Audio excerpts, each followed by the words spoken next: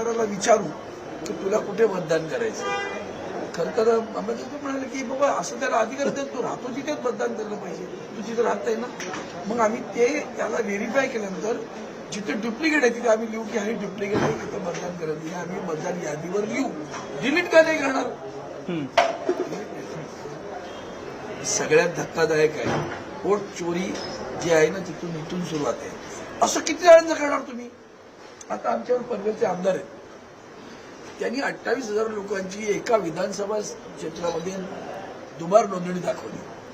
त्यामधली 11,066 मतं त्यांनी आणखी वेगळ्या एकाच मतदारसंघात दाखवून दिली की दाखवल्यानंतर दुसरं कारवाई काहीच नाही. आता तुमची यादी आहे तशीच राहणार आहे. मग ती कधी करणार?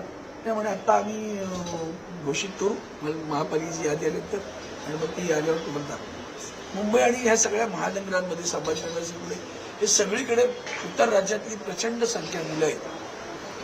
त्यांची नावं इथंही आहेत, गावातही आहेत. ते दुबार कोण शोधणार? बरोबर. ते का तुम्ही अधिकार देता त्यांना? तिकडेही महापालिकेत जाऊन मतदान कर, इकडेही करणार आहे. त्यावर काय नाही. सगळ्यात आणखीन एक भयानक तर व्हीव्हीपॅटचं काय? तर म्हणजे व्हीव्हीपॅट नाही आहे. आता ज्या नवीन मशीन येत आहेत त्यांना व्हीव्हीपॅट अटॅच करता येत नाही, कुठेही व्हीव्हीपॅट असणार नाही. उद्याची चोरी कशी करायची याचं सर्व प्लॅन यांनी केलेला दिसतो सगळा. आणि निर्डावलेल्यासारखे हे लोक उत्तर देतात, काही वाटत नाही कशी. बॅलेट पेपरवर निवडणुका घ्या किंवा असं काय तुम्ही सांगितलं उपस्थित केला की निवडणुका लागण्याआधीच मतदान नोंदणी का बंद केलेली आहे? मला वाटतं आता सांगितलं मी तोच तो मुद्दा आम्ही मांडला त्यांना. जुलैमध्ये तुम्ही मतदान नोंदणी बंद केली, नव्यानं 18 वर्षाचे होणाऱ्यांचं आहे म्हणून अगोदर पण एक मुद्दा सांगितला मी तुम्हाला की ते त्यांच्या सगळ्यांच्या सहीचं पत्र आहे, हे आमचं नाहीये. माननीय शरद पवार साहेब, माननीय उद्धव ठाकरे साहेब, माननीय राज ठाकरे साहेब, माननीय जयंत पाटील साहेब, माननीय तू, या सगळ्या दिग्गजांच्या ह्याच्यावर सही आहेत.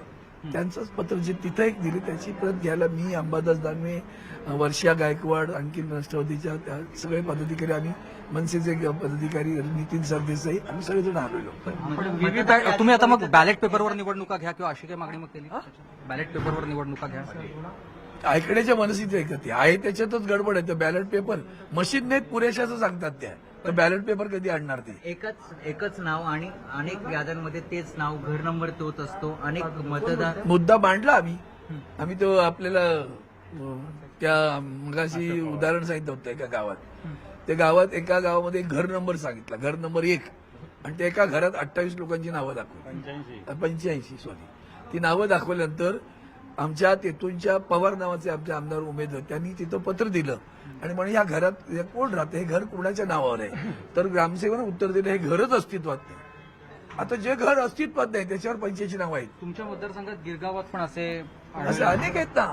शेवटच्या क्षणी घुसवायची नावं, तुम्ही निवडणुकीच्या प्रचारात दंग असाल तेव्हा ही नावं घुसवली जातात. आता ही जी उत्तर आहेत ती सरळ सरळ अराजकाकडे नेणारी उत्तर आता वाघमारे साहेब नेमकं काय बोलले? नेमकं काय बोलणार? आता सांगितलं ते नेमकंच सांगितलं तुम्हाला मी. हेच नेमकं आहे की याच्या आम्हाला अधिकार नाही, आम्हाला नाव डिलीट करण्याचा अधिकार नाही. ही जी विधानसभेची आता तुम्ही दाखवू नका, महापालिकेची यादी जेव्हा येईल ती यादी तुमची पहा, त्याच्यामध्ये तुम्ही आमच्या नजरेस आणा, मग आम्ही करू. पुढची भूमिका काय असणार? पुढची भूमिका नेते मंडळ ठरवतील. दानवे सर, तुम्ही त्या दिवशी जसा शेतकऱ्यांसाठी मोर्चा काढलात, आता जरी तुम्ही निवडणूक आयोगाला हे पत्र दिलेलं असेल तरी स्थानिक पातळीवर किंवा गाव पातळीवरती काही आंदोलन वगैरे करणार आहात? बिलकुल करू.